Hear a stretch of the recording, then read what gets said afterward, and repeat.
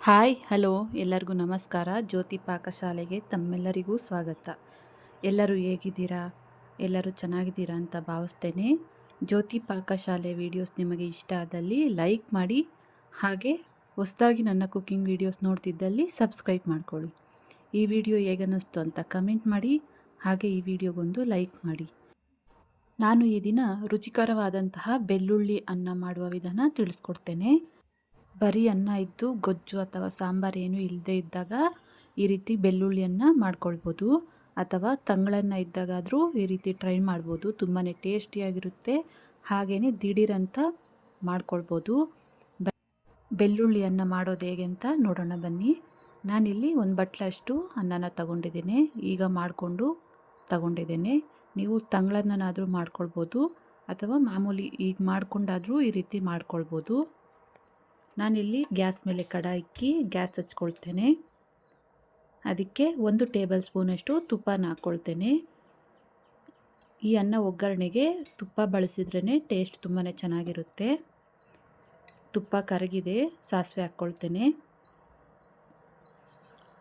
ಹಾಗೆ ಅರ್ಧ ಟೀ ಸ್ಪೂನಷ್ಟು ಜೀರಿಗೆನ ಹಾಕ್ಕೊಳ್ತೇನೆ.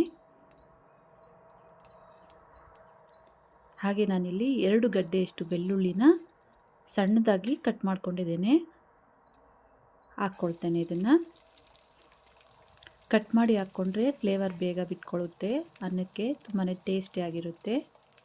ಬೆಳ್ಳುಳ್ಳಿನ ಸ್ವಲ್ಪ ಫ್ರೈ ಮಾಡಿಕೊಂಡು ಈಗ ಇದಕ್ಕೆ ಒಂದು 4 ಒಣಮೆಣಸಿನ್ಕಾಯಿನ ಮುರಿದು ಹಾಕ್ಕೊಳ್ತೇನೆ. ಬೆಳ್ಳುಳ್ಳಿ ಸ್ವಲ್ಪ ಫ್ರೈ ಮಾಡ್ಕೊಳ್ಳೋಣ ತುಪ್ಪದಲ್ಲಿ. ಈಗ ಇದಕ್ಕೆ ಒಂದು 5 ಹಸಿಮೆಣಸಿನ್ಕಾಯಿನ ಕಟ್ ಮಾಡಿ ಹಾಕ್ಕೊಳ್ತೇನೆ. ಹಾಗೆ ಸ್ವಲ್ಪ ಕರಿಬೇವನ್ನ ಹಾಕ್ಕೊಳ್ತೇನೆ. ಬೆಳ್ಳುಳ್ಳಿ ಹಸಿಮೆಣಸಿನ್ಕಾಯಿನ ಚೆನ್ನಾಗಿ ಫ್ರೈ ಮಾಡ್ಕೊಳ್ಳೋಣ.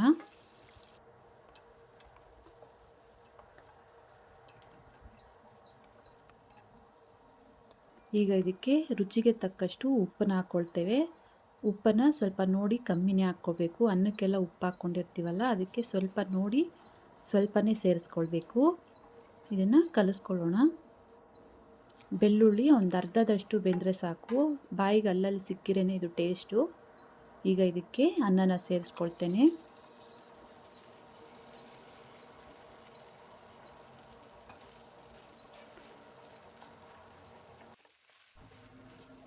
ಈಗ ಇದಕ್ಕೆ 1 ಟೀ ಸ್ಪೂನಷ್ಟು ಮೆಣಸಿನ ಪುಡಿನ ಹಾಕ್ಕೊಳ್ತೇನೆ.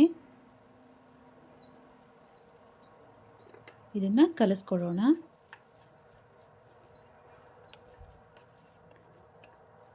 ಒಗ್ಗರಣೆ ಎಲ್ಲ ಅನ್ನಕ್ಕೆ ಹಿಡಿಯೋ ರೀತಿ ಈ ರೀತಿ ಚೆನ್ನಾಗಿ ಕಲಿಸ್ಕೊಳ್ಬೇಕು.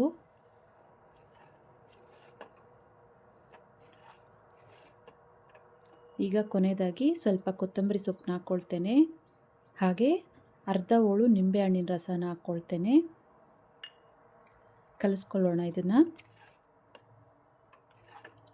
ಕೊತ್ತಂಬರಿ ಸೊಪ್ಪು ಹಾಕಿ 1-2 ನಿಮಿಷ ಇದನ್ನು ಫ್ರೈ ಮಾಡಿಕೊಂಡ್ರೆ ಬೆಳ್ಳುಳ್ಳಿ ಅನ್ನ ರೆಡಿ ಆಯಿತು.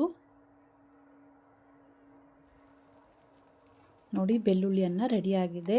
ಈಗ ಒಂದ್ಸರಿ ನೀವು ಟೇಸ್ಟ್ ನೋಡಿ, ಉಪ್ಪು ಕಮ್ಮಿ ಇದ್ದರೆ ಈಗ ಸೇರಿಸ್ಕೋಬೋದು. ಈಗ ಗ್ಯಾಸ್ ಆಫ್ ಮಾಡಿಕೊಂಡು ಇದನ್ನು ಸರ್ವ್ ಮಾಡ್ತೇನೆ. ನೋಡಿದ್ರಲ್ಲ ಬೆಳ್ಳುಳ್ಳಿಯನ್ನು ಮಾಡುವ ವಿಧಾನ, ಇದು ತುಂಬಾ ಟೇಸ್ಟಿಯಾಗಿರುತ್ತೆ. ಬಿಸಿ ಅನ್ನಕ್ಕಾದರೂ ಮಾಡ್ಕೊಳ್ಬೋದು, ಅಥವಾ ತಂಗಳನ್ನಕ್ಕಾದರೂ ಈ ರೆಸಿಪಿನ ಟ್ರೈ ಮಾಡ್ಬೋದು. ತುಂಬಾ ಟೇಸ್ಟಿಯಾಗಿರುತ್ತೆ, ಹಾಗೆಯೇ ದಿಢೀರಂತ ಮಾಡ್ಕೊಳ್ಬೋದು.